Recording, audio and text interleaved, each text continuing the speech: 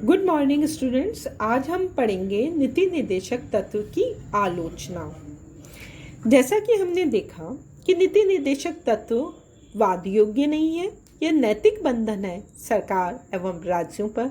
यह पथ निर्देश करने वाले निर्देश हैं जो कि संविधान के द्वारा आने वाली सरकारों के लिए एक प्रकाश स्तंभ के रूप में कार्य करते हैं।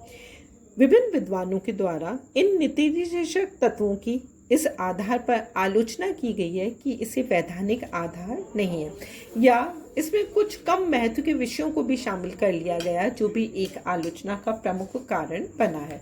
तो सबसे पहले हम देखेंगे कि नीति निर्देशक तत्वों की आलोचना के प्रमुख कारण क्या है। पहली जो आलोचना का कारण बना वह था कि वैधानिकता का आधार नहीं। विद्वानों का कहना है कि जिन पहलुओं को वैधानिक आधार ही प्राप्त नहीं है, उनका संविधान में उल्लेख करना या संविधान में उन्हें महत्व या स्थान देना केवल एक हास्य की बात है। अतः वैधानिकता का अभाव होने के कारण यह आलोचना का प्रमुख कारण बने। G.N. जोशी ने भी कहा कि ये निर्देश है, आदेशिका नहीं है। और नसरुद्दीन ने कहा कि नववर्ष के प्रथम दिन पास की गई केवल शुभकामनाएं मात्र हैं। इसी तरह के.टी. शाह, जो कि संविधान सभा के एक प्रमुख सदस्य थे, उन्होंने भी माना कि ये बैंक के ऐसे चेक हैं जिनका भुगतान बैंक की इच्छा पर छोड़ दिया गया है। तो पहली जो आलोचना हुई वह इसके वैधानिकता के आधार के कारण हुई। नीति निर्देशक तत्व की जो दूसरी आलोचना का कारण है वह है तार्किकता का अभाव। नीति निर्देशक तत्व में तार्किकता का अभाव है।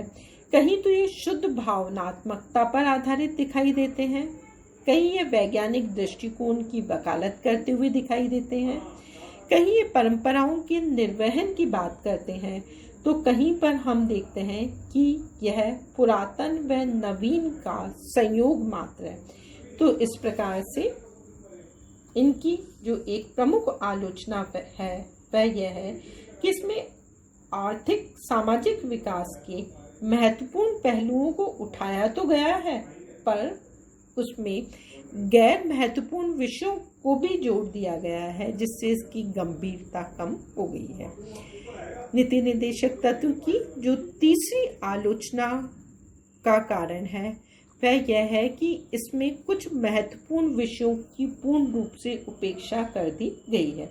जैसे मजदूरों के प्रबंध में भागीदारी की चर्चा तो की गई है, पर संविधान यह नहीं बताता, नीति निर्देशक तत्व इसका उल्लेख नहीं करता कि उन्हें भागीदारी कैसे प्राप्त होगी, कितने समय के अंदर प्राप्त होगी और आर्थिक समता का जो लक्ष्य है वह कब तक होगा, इसकी कोई स्पष्ट योजना नहीं है। तो यह इसकी आलोचना का एक प्रमुख कारण बना। इसकी एक आलोचना का प्रमुख कारण प्रभुता संपन्न सिद्धांत के विपरीत है। विधिवेताओं का यह भी मानना है कि इस प्रकार के आदेश अस्वाभाविक हैं, क्योंकि ये आने वाली सरकारों को दिशा निर्देश प्रदान करते हैं। यह स्वतंत्रता या प्रभुता संपन्न राज्य के आदेश के प्रति विरोधाभास के रूप में दिखाई देता है। नीति निर्देशक तत्व की आलोचना का एक प्रमुख कारण इसकी आर्थिक उपयोगिता की उपेक्षा करना भी है। भारत जैसा देश जहां पर कि अत्यल्प संसाधन थे, उस देश में नीति निर्देशक तत्वों को लागू करना राजकीय कोष पर बोझ है, जिसे कि सरकार के लिए लागू करना अत्यधिक मुश्किल था। मद्यपान या मिलावटी शराब या बच्चों के स्वास्थ्य एवं गरिमा को बनाए रखने के लिए सरकार को आर्थिक संसाधन कहां से उपलब्ध कराए जाएंगे, इसकी यह उपेक्षा करता है। इसके साथ ही साथ में नीति निर्देशक तत्व संवैधानिक गतिरोध को भी उत्पन्न करते हैं, जिसकी की संविधान निर्माताओं के द्वारा कल्पना संभवतः नहीं की गई थी। संविधान क्रियान्विति के प्रारंभिक वर्षों में सरकार के द्वारा नीति निर्देशक तत्वों को लागू करने के लिए जो भी प्रयास किया गया वह मौलिक अधिकारों के विपरीत होने के कारण एक विवाद का विषय बना, जिसने कि अनावश्यक रूप से संवैधानिक गतिरोध को उत्पन्न किया। इसके साथ ही साथ हम देखते हैं कि नीति निर्देशक तत्व बदलती आवश्यकताओं के बदलते परिवेश के अनुकूल नहीं थे। सर आइवर जेनिंग्स, जो कि भारतीय संविधान के अच्छे ज्ञाता हैं, उन्होंने भी माना कि नीति निर्देशक तत्व 19वीं शती के प्रतीत होते हैं। आगामी या एक विकसित भारत के लिए नीति निर्देशक तत्व अनुकूल दिखाई नहीं देते। तो नीति निर्देशक तत्व परंपरागत होने के कारण भी आलोचना का एक कारण बने। इसके साथ ही साथ हम देखते हैं कि नीति निर्देशक तत्व में हमें व्यवहारिक राजनीति का अभाव दिखाई देता है। यही कारण है कि डॉक्टर जेनिंग्स जैसे विद्वानों का मानना है कि यह पुण्यात्मा लोगों की महत्वाकांक्षा का प्रतीक मात्र है, क्योंकि इनमें व्यवहारिक राजनीति का अभाव है। ये केवल खूबसूरत शब्दों में खोखले वायदे हैं। निरक्षर व अनजान लोगों के सामने भले ही हमने सपनों के इंद्रधनुष का संसार रच दिया हो, पर समझदार व्यक्ति इस बात को भली भांति समझता है कि यह केवल भ्रम है। संतों की इन पवित्र इच्छाओं को कोई सरकार मानने के लिए या क्रियान्वित करने के लिए बाध्य नहीं है, अतः इन्हें अव्यवहारिक भी माना गया है।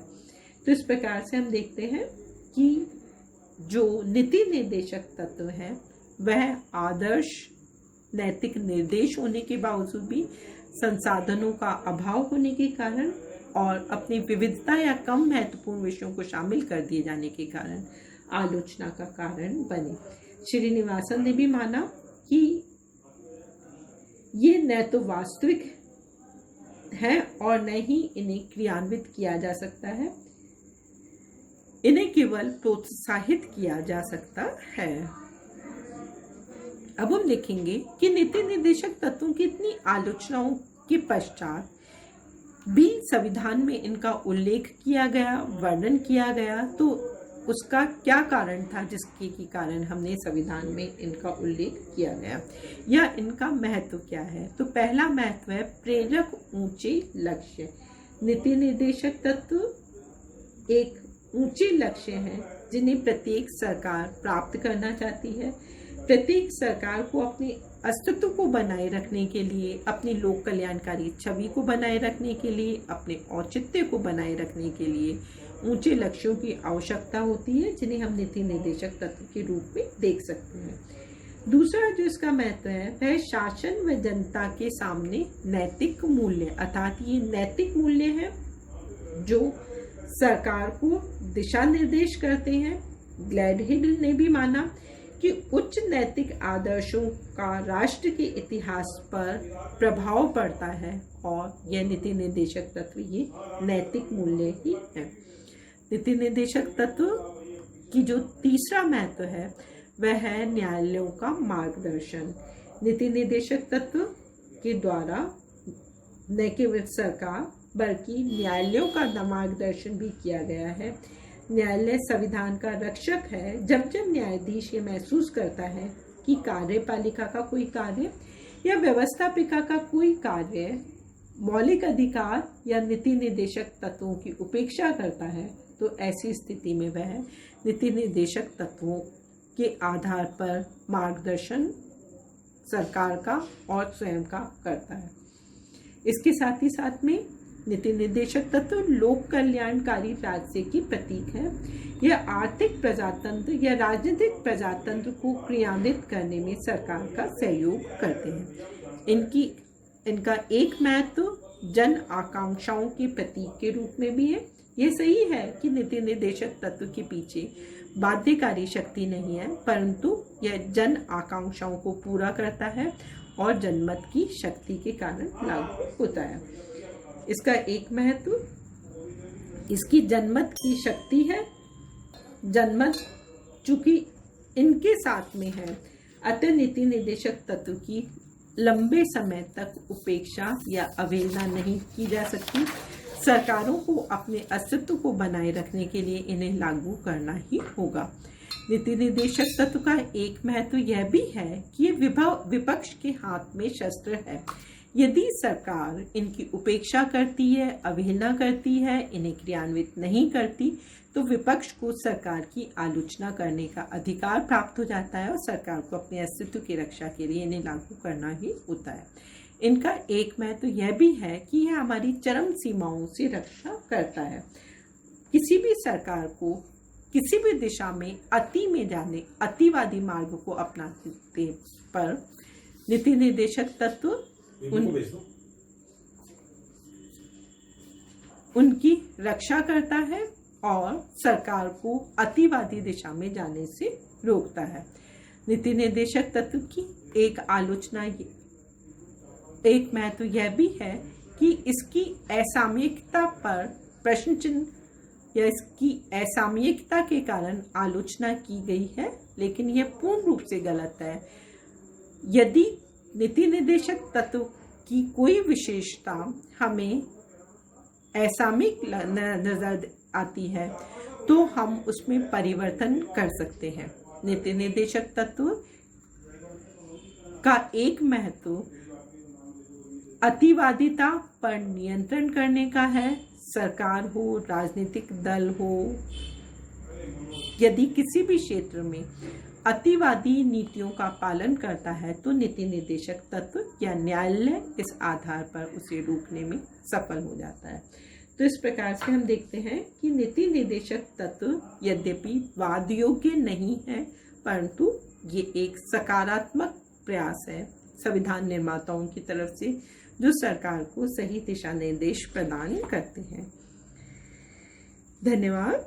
ये थे नीति निर्देशक तत्व का महत्व, उसकी आलोचना, और हम देखते हैं कि प्रत्येक सरकार के द्वारा समय समय पर नीति निर्देशक तत्वों को क्रियान्वित करने का प्रयास किया गया है, क्योंकि सरकार की औचित्यता, सरकार की जन कल्याणकारी या जनमत को बनाए रखने के लिए अत्यंत आवश्यक भी है।